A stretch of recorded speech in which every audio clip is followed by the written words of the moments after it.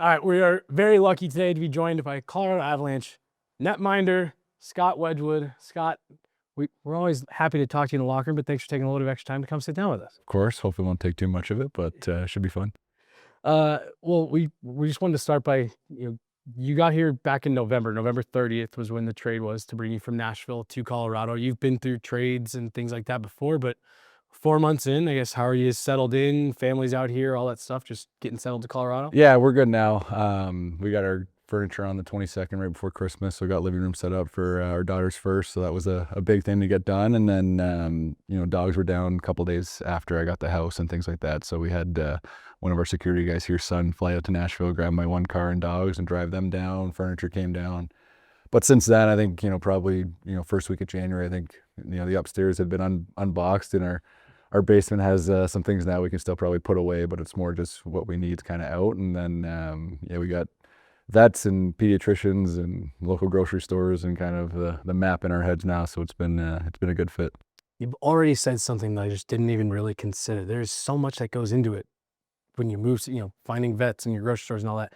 Your job isn't as the schedule is not super advantageous to doing all that extra stuff. No, I mean, obviously my wife gets thrown a lot of the the extracurriculars, but I mean, luckily with teams and team services that have been here, obviously guys have kids and dogs and things, and a couple texts through the group chat. It's usually pretty straightforward. And then daughter's office and everything have been, pretty, easy to be like, hey, we'll get you set up and just, in the system if you need anything, and just kind of get your, bases kind of covered, which is always nice. And then I think just figuring out where you want to go, what restaurants and coffee shops, and we obviously doing a lot of walks and daily outings for the daughter and dogs, so finding the new stuff and local treats is obviously something you got to figure out as you're doing it. But no, it's been a good foot. I mean, we're right by that kind of Cherry Creek area, and that seems to be a big hit around here. Good walking area. Yeah, for sure.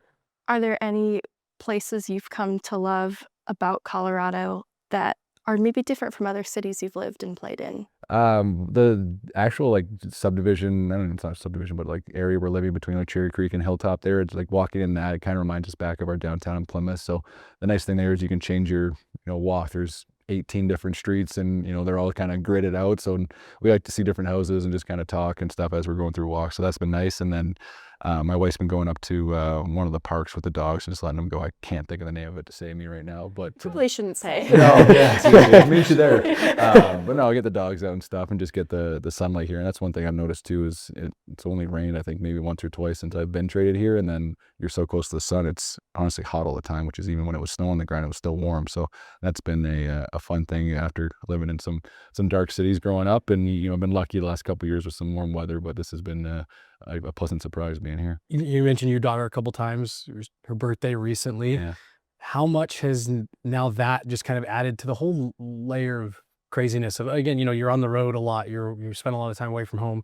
Now having a new +1 at home, how much has that changed things?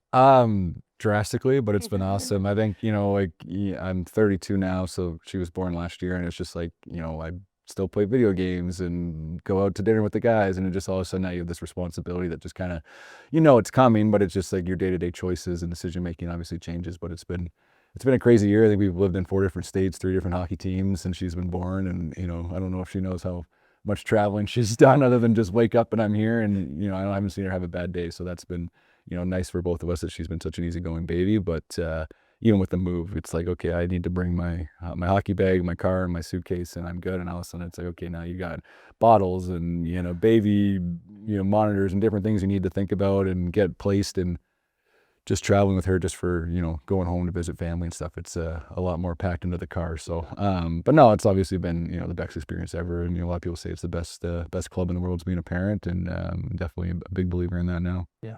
I'm sure she won't remember, but when you got back from the road trip, did you celebrate a birthday party with her in the theme? Yeah, well, we actually, my wife and I got married in Syracuse on March 9th in 2020. We just did a paper wedding. We were doing the green card process and all that kind of paperwork stuff behind the scenes. So on that day this year, we did her birthday before I left. So we did a 1-year birthday there and kind of did that smash cake thing most babies do. And Yeah. was so gentle with it. I don't think she understood the process, but yeah, we did that. And then Brittany ended up flying back to Dallas when we were on the road in Canada just to see some old friends and where she was born and stuff. So yeah, I'm 0 for 1 for birthdays right now. Hey, I'm positive you'll get it back. Yes, Yeah. seriously. It'll loop back around eventually. So that's all the stuff kind of around the game. I actually just talked to Jared. So you were acquired, like I said, on November 30th, and Jared even talks about your presence in that locker room was kind of the first domino to fall and really changing into what we're seeing now, which is just seems like this unbelievable sense of belief and trust that this is a group that could do something special. We talked to former teammates of yours, and we can't find anyone to say a bad thing about you. Uh, you're brought in, and what was at the time kind of looked at as like, it's a backup goalie swap, yet you've had an unbelievable impact on the locker room and the team. Just what is it about, you and your presence in that room, or, just any locker room that seems like you've been in? I wish I could say one thing. I think I'm always happy. I'm approachable. It would be kind of be where I first go, but I scratch and clawed to get in the league, stay in the league, and I kind of can't have a bad day in the NHL. I mean, there's days you get hit with pucks and you wish you weren't a goalie in certain situations, but no, I think just coming in, I looked at it as an opportunity to play. I mean, fan of the league, fan of every team, and just kind of watching who's playing, who's doing well, what's working, and obviously from afar, things were still obviously winning hockey games, but it wasn't the easiest thing. So when I came in, it was an opportunity to get in the net and play and maybe turn the tide in my favor.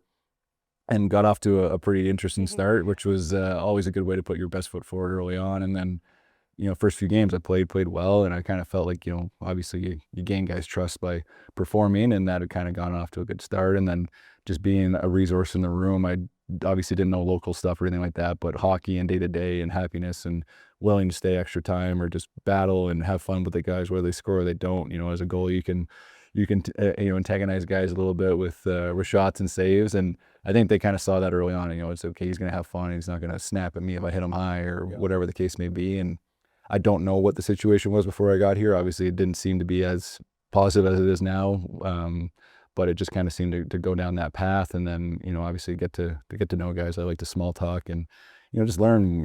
What do you got? You got brothers, you got siblings. Where you come from? Where'd you play? What do you like? Are you a reader? Are you a video game guy? You golf? Like, I kind of hit the general basis on everything. I can kind of put my hat on in different situations and adapt to any conversation and kind of feel like a chameleon in that sense. So try and just small talk with everybody and get a little bit of groundwork between top to bottom of the locker room, just to feel like, hey, like I can see you in the hallway and not just be like, hey man, like morning bye, like you reading a book, you see the new video game, you see a new movie. And I feel like just having that ability to kind of manage conversations also helps. And then being a goalie, you got to be weird, and I think it might be my quirk. We'll come back to weird goalies. We have some questions on that. Yeah, and making it easy to talk. You're big pop culture guys. Yeah. That makes it easier too. Yeah, I think just being immersed in everything that's kind of going on around the world. I mean, outside of politics, I think I can hold myself in almost any conversation. Yeah. Being Canadian, I just plead the fifth and get out of those ones. But yeah, it's just, I think as you can kind of go around the room and approach, I can joke with you. I can cross the line, I can come back from it, or have a serious sit down, talk about family, talk about 401ks or whatever you want to do, right? I feel like I've been through so many experiences that I could kind of almost adapt to most of them. But and then just not being I don't want to say the wrong word, but not being an angry person or a mean person in the locker room. It just kind of plays, and if you got guys that don't like you, they can take advantage of your head very quickly as a shooter. So try and stay on everyone's good side. Usually helps my collarbones and my head out. Helpful. There's a quality on the ice when you're battling for your teammates that seems to inspire them to compete a little bit harder. Do you feel it goes both ways too with what this team is doing in front of you? Yeah, I think, I don't think anyone isn't ever trying regardless of outcomes. I think, but when you're putting your body on the line, the guys that make those ridiculous block shots that sting them, and they're standing to the bench and the whole bench is standing and banging their sticks and making noise, that goes a long way. And when you're kind of in and out of a play, you can sit there and be like, hey, that was your guy, that's your fault, and throw your hands in the air and be, it was 2-on-1, you were supposed to take pass, I did my job. It never goes over that well, regardless if you're right or you're wrong. It just doesn't go over well. And like the body language, shot comes in, hits a guy's stick, goes the other way, and it was your D-man stick, and you kind of point and let at him. Like sometimes there's reaction, and I understand that. Like, you shoot, it hits a stick, and I'm like, oh shit, like I would have had it, but unfortunate. But it's never like, hey dude, like get your stick out of the way or you're ruining my job. And then that kind of gets snowballed the wrong way, where if that goes off a stick and you make a save, and then the guy's like, hey man, like my bad, and you're like, whatever, like, you don't gotta apologize. You're not trying to tip it in, just going about it like with a little bit of empathy and a little bit like, hey, I know you're not trying to score on me or mess up, and no one is. It just seems to have them at least have your back a little bit, and then you make a couple saves and bail them out, and you give them a tap for a block, it just seems to just, also, like you said, kind of go to that play for each other mentality. And when we got on a roll there for a bit, and still are, it just seems like everyone's kind of got confidence up and down the lineup and play for each other. And when everyone seems to do their job and you win, it's a lot more fun coming to the rink that way. Proportionate to games played, you're putting up some of the best numbers of your career here. What do you attribute to the success this season? The team has the puck a lot more. Yeah, I mean, there's been games, Blackie and I talk about it. It's just like, I think I played the one game at Nashville, we lost 2-1. I think I made 1 of 2 saves in the third period, and they scored on one that missed the net and went around, and I think we outshot them like 12-2, and they scored and won the game 2-1. It was a 1-1 game going to third, and like, I don't even have a chance to make up for it. I didn't even do anything wrong. It's just, you're standing there for a period of time and it gets a little bored or a little lonely, but obviously a powerhouse of a team. They've been scoring, but also, as of late, we've been playing a great defensive game. So the chances that they get, you got to be a little bit dialed. It kind of reminds me a little bit of Martin Brodeur that I love watching growing up. He has 17 to 25 shots a night, and you'd have shutouts and 2-goal games, and that was in. You just had to be big for 4 or 5 minutes and then do your job. So obviously it's fun to get more shots and work, but I think when you got a team like we do and the chances are limited, you got to be dialed, and you got to be there to help them and keep them in games. And there's been a few times where it's 6-7 shots early, and then I end the game with 15. So, well, I worked for 5 minutes, and then I kind of hung around for the rest of the game, made 2 big saves, and we walk away with a win. And it's just kind of being fun to win games regardless. If I have to give up 20 goals and we win 21-20, it's a win. And obviously statistics are going to be statistics, but if we can win as a team, that's kind of where it needs to be. Is there an adjustment period to that for you? Playing behind a team that, like you said, has the puck a lot more. Like, is there something that you have to do mentally or physically to adjust to just different play styles or even different individual players? Yeah, I think originally it would just be like systems would be the biggest thing, but I mean, it's definitely harder. You guys probably any goalie, a little bit more works a lot better than a little less. If you can get that mid-30s, it just keeps you in rhythm. You're not waiting around. It's not, I have to be big for a breakaway and then I don't get a shot. It's just kind of annoying to be on for that. But there's been things in my game that I've obviously elevated since I've been here and been, kind of trusting a lot more. And I think that's put confidence back in me, and then you get to win. And regardless if you played a great game or an okay game and you come away with 2 points, it's a win. Where if you're walking away at a losing record and you played well, you're like, okay, I played well, but we lost 3-2. I gave up 3 goals. But it's like, I played a good game and we won 2-1. I won, and it's just that going home mentality changes. I think that's locker room wide too. You start winning, and you go on a 2-game win streak and the 2-game lose streak. It's just like Constant you're constantly, you're kind of as good as your last result most of the time. So you try and, what's the word? Compartmentalize. Compartmentalize, yeah. Compartmentalize? Yeah. It's a weird. Something like that. Try and separate it. Yeah. We're going to go there. Put it in different compartments. Yeah. Just to, it's like I played a good game, but we lost. Go, work on what worked and, fix what didn't. But, obviously winning records are a lot more helpful. Helps, yeah. I was curious too, this time around, your relationship with Mackenzie Blackwood. I'm sure you've both grown and changed, not only as goaltenders, but as people. What's it been like getting to share the net with him again? It's been fun. I think, it's funny. He's such like a, I don't know, golden retriever would be. He's bigger than a golden, but he's a golden retriever to me. And like, he's happy, he's giggly, he just jokes around. He kind of just doesn't dial into the sense of like, today's a big day. It's whatever. He's just, I'm going to be a goalie today and go about it. Where like, I'm like, okay, I want to know our forecheck, their forecheck, the breakouts. I see puck, stop puck. So we kind of, analyze the game differently, but like, I'll come to the bench and chat it up during TV timeouts, and he's, got his routine, does his thing, and likes a fist bump and he's gone. Where it's like, you obviously have different ways to approach it, where I kind of have the fun, but then in the locker room practice days, you can hear him laughing from 2 rooms away. So but yeah, no, definitely, like, he was young when he came in. I was trying to get in the NHL, and he was supposed to take my job. I was supposed to take the guy above's job, and it was just kind of, battling against each other. And now it's like, hey, like, we're working together. And even the second stint when I went back to Jersey was more like, hey, like, I just want to be in the NHL. It's no longer I have to play in the American League and you're coming up and they want to play you and me. And it was more just kind of the situation we were in the very first time. Second time was great, and now it's just been, bliss, chef's kiss right now. He's been awesome to be around. Someone that we don't get to know very well is UC Parklet, but we've talked to other goaltenders about him, and he has this rigid attention to detail. So I was curious if you could shed some light on who he is as a coach and what it's been like working with him. Oh man, he's goofy. Like, honestly, he's very goofy. He likes to joke around, like getting to know a little bit of like, his home life. He loves like Christmas markets randomly out of nowhere. Like, he's like, it's Yeah, it was just like, he's like, I'm like, oh, there's a Christmas market. We were in Vancouver, I think. He's like, I'm gonna go walk that today. Like, I'm so excited for Christmas markets. I'm like, oh, like, wouldn't have been my first, kind of pickup, Good. but, talks about his home life and he likes to bike and stuff. So got to know kind of a little bit about, what his personal life is. And then around the room, we do a goalie ice, but we call it Finnish ice because he's got Kivy and all the Finns out there and just kind of, but he's detailed. He's almost a great, best way to put it is like, he just makes you feel like you have no like issues with your game. He's just like, hey, like, you're great with your blade, you're great with your movement, like, let's use your movement. You have that tool, let's use that tool. And he's got his broken English. This is funny. Like, Perfect. I like he'll probably give me crap, but we were sitting there one time, he's just explaining like kind of position. He's like, you got the straight back and you're curved, it looks good, and then you got your macaroni arms, and I'm like, macaroni arms, like.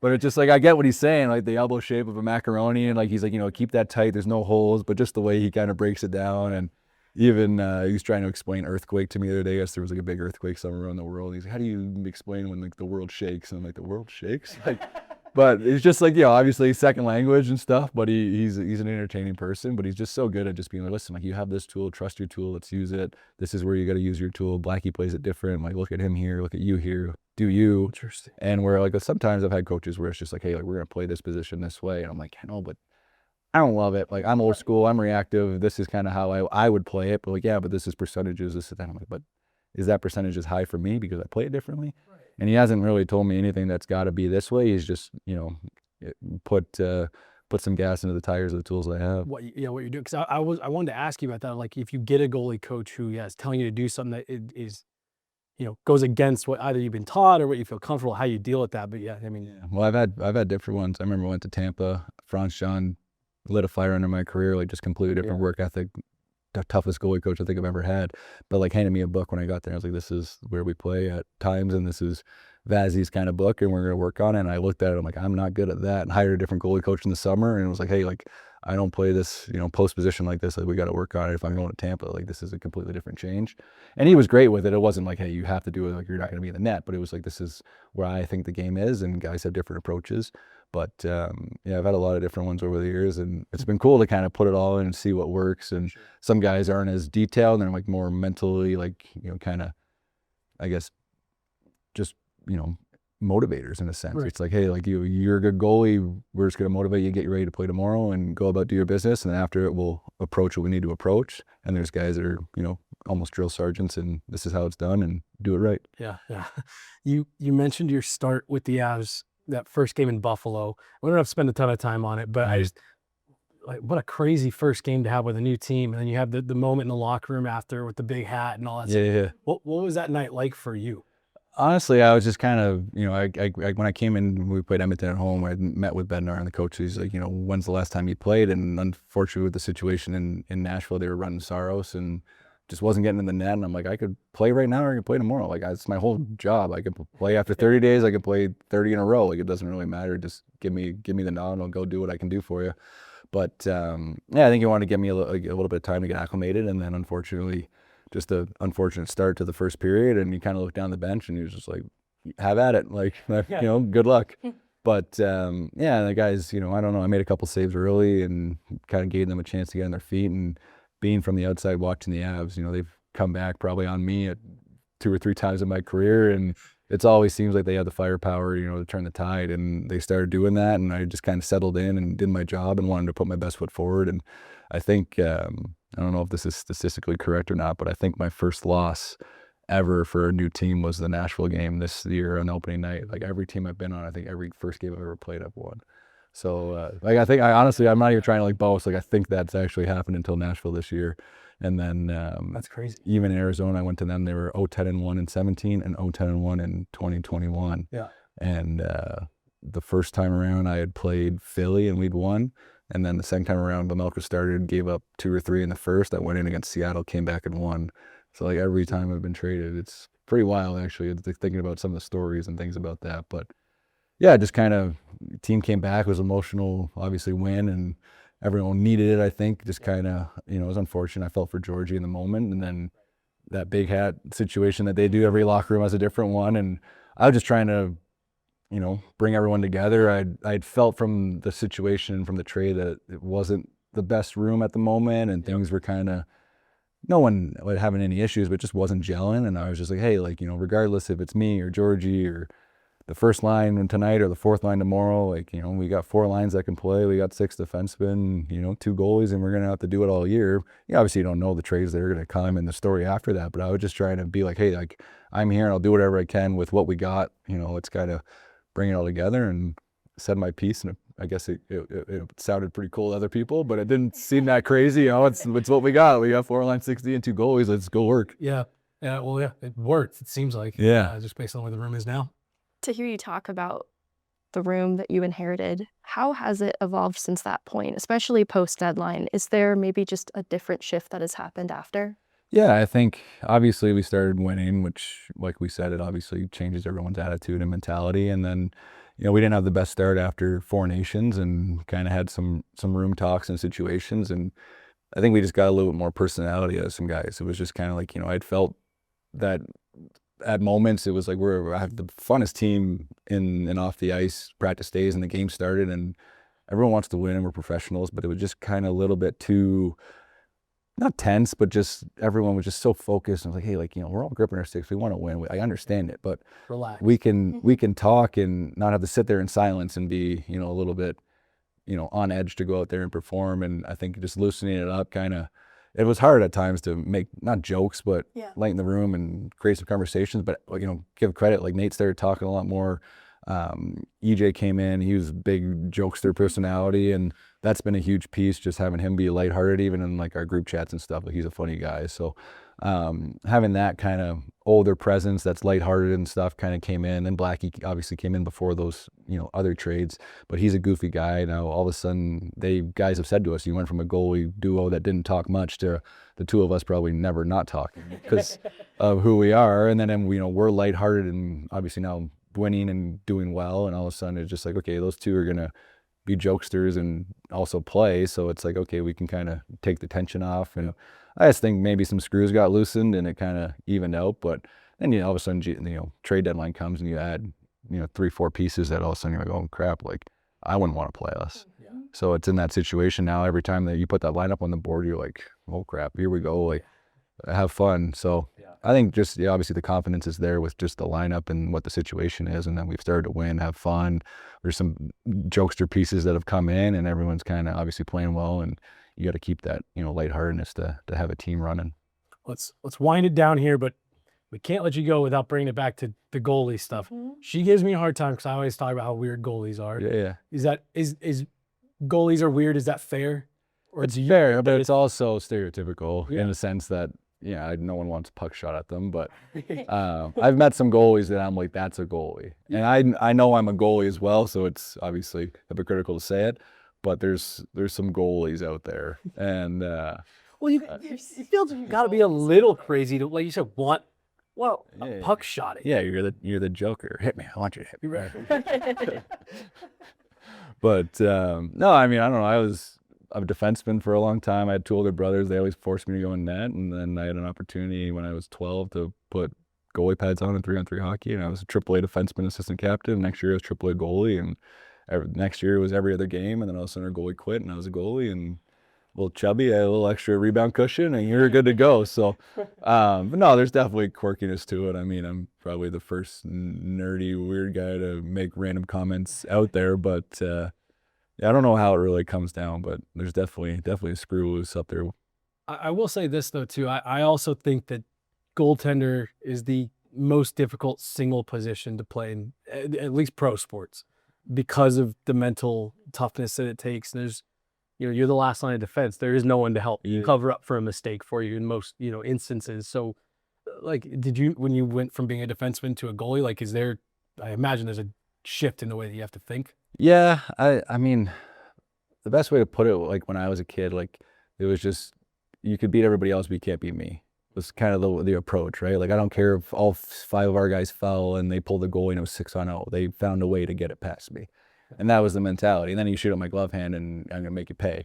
Like, that was my my favorite thing is making a hard save look easy.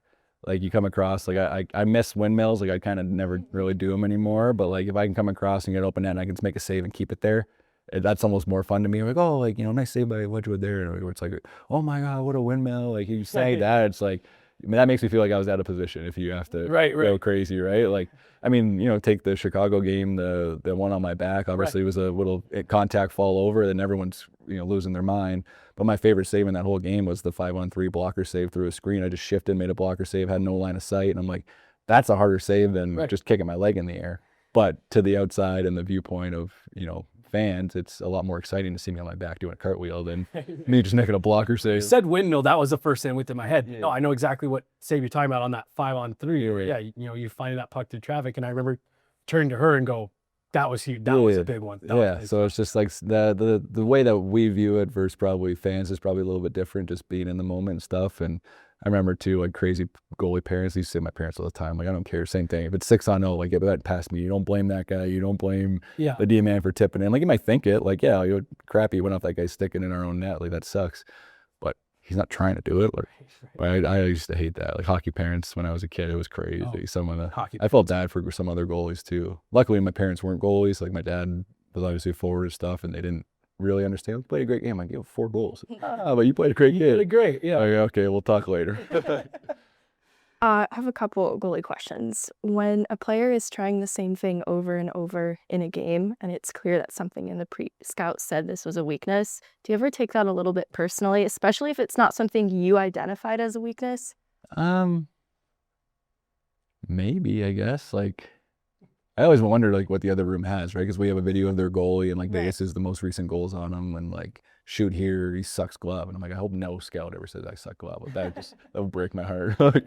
But no, I mean, obviously, they have to have a game plan, and say, I don't really take it personally, I guess, for lack of term, but I guess there's, you know, but then, like, we do the same thing, right? Shoot glove on this guy, and that guy has a great night glove, and like, oh, look, shoot glove, like, good advice. And I'm like, well, 3 games ago it worked. Like, you know, I think, but there is a little bit to it, but I don't know if I take it personally. I think they're trying to do their job, and they get paid to beat me, and I get paid to stop it. So, you know, best on best.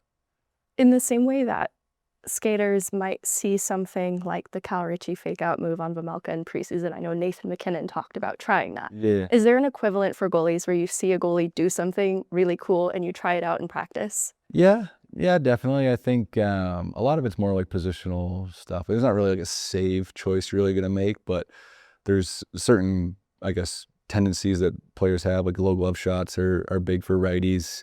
5-hole short side on lefties as they come in on the dot line is they call it a lefty cheat code, just because it's an option for them as a left-handed shot. But there's different ways to play those situations, and you watch shootouts and stuff, guys, you know, we'll try that lefty cheat code. Guy will go down early, they'll pull it in the backhand. Well, you get one of 2 best options, right? It's a give and take everywhere. And then, you know, obviously there's some elite goalies that do things differently. A lot of guys will play their post and slide out, take a puck. I like to use my feet. Like, there's just, you know, that little water bug in Calgary right now plays the game with a lot of speed and quickness across the net, and plays a little bit differently than most. And I love to skate, so like even just watching him do some stuff, then like, sorry, I probably should say his name. Sorry, dude. But yeah, like, you know, he jumps in his net. I mean, there's no chance I'm jumping my skate. You know, I'd have a lace bite for weeks. But yeah, then, like, you know, Vasilevsky uses his size. Like, that'd be somebody probably Blackwood would watch. Hellebuck's a big guy, uses his size a lot, doesn't have to skate as much because he keeps the game in front of him. But there's definitely, I'm a hockey fan, right? So it's like anything that happens, I'll usually watch all the goals to see how they go and how guys could have done something differently or how I would have played it. But definitely now it's more like my game plan's my game plan. I don't try it as much, but I don't know if guys will watch me. Like, I use the VH, which is the post play. A lot of guys use reverse VH from me now, and I use a lot of strong side leg up. But it's kind of like an older style, so I don't know if people see that. I'm like, hey, like, you know, that's kind of working for him. He doesn't get caught on the ear hole as much. So, like, I don't like that VH as much, or reverse VH. So yeah, there's a lot of controversy around the reverse VH in goalie world, it seems like. Well, it's just like, if you let up a goal from it, everyone hates it. But if you make a save from it, no one cares. And it's like, you let up a goal once every 12 shots, you're like, I'm over 900. So if I can save something 9 out of 10 times, I'm gonna do that. So it's just, but once something bad happens, then obviously the power of pause comes into play, and everyone's got a laser pointer. I'll stop there. Yeah, I'll say my last one for you, and then we'll let you go. We've already kept you. No, you're good. I told you we would. You're good. From the day you got here, I started bugging you about your equipment and helmets and pads and all that stuff. I wasn't a goalie growing up. I was a defenseman the whole life. But before social media, I goalie pad customizers. Like that was my like scrolling online. So I've always been jealous that, you know, you guys get to, it's like a candy store. Yeah, you do whatever you want. Customize and, you know, special designs and different. How much fun do you have with that? A ton. When I start the new year and the new pad comes out and they send you a customizer, I have probably my whole, if you go up, open your photo albums, my whole thing is customizer, like pictures, screenshots, sending it to buddies, like, hey, this, that, go back. And even when I got traded here, it was Googling, you know, all the way back to every goalie that's played to see what color combos had worked, what hasn't, kind of go through masks. Like that's the same thing. I don't want to really copy much, but a lot of the time, like you just kind of do, you know, remakes of certain people's things. Like I was looking at trying to get silver in the pad, you know, Patrick Waugh has silver and stuff. And then Rito Berra had a pad, David Abisher had a pad. Somebody had like an Igloo Nordiques helmet. I forget whose name that was. Oh yeah. But I was just going through the, you know, the Google history of everything. And then I, you know, what I want to do, and you know, the L87s, the old style vertical stitching pads. So went into that and kept it kind of clean this year. I didn't love the what's it called, the Catalyst kind of packages of what you could make. I was like, you know, these lines should connect here, and I give true, you know, just feedback of what I think, and they love it too, because I'll send stuff in. Oh, I didn't know that was actually a good combo of how you can make that connect and work. So I have a lot of fun with it. And then mask is my playground. I'm Googling every color, every pop culture thing, and my wife and I sit down and we've got some cooking for years to come. So that'll be good. I'm already looking forward to it. I walked in the room the other day and you were already just handing me, like, I know what you're coming up with. I mean, they got Dave already put it out, and I knew it was coming as soon as that was in the room. So people liked it a lot. Yeah, it turned out really cool. The throne on the back actually worked out. I was trying to do like old hockey sticks and stuff as like the Iron Throne with, and they were like, oh, like copyright, you can't put Louisville and Coho and all that stuff. And I'm like, oh, maybe I put like Colorado and 5280 and Mile High and all stuff, green chili, and just like different things that I've seen on the Jumbotron and around the rink and stuff. And then I was like, I was only like 8 words. Like, oh, what? And then I was walking past one of the medical rooms, like, oh, what about all these guys' names? So they have the list of everyone's. And they obviously are the young son heroes throughout the year of all the behind the scenes stuff. So let's see if they piss me off. I'll take their names off. Yeah, so that's a nice way to hold. Hey, one more. You're coming on. Yeah, seriously. Scott, this has been awesome. Thank you so much. Thank you. Really appreciate your time, and we love having you here in Denver, and looking forward to chat with you more. Appreciate it. Thank you. Thank you so much.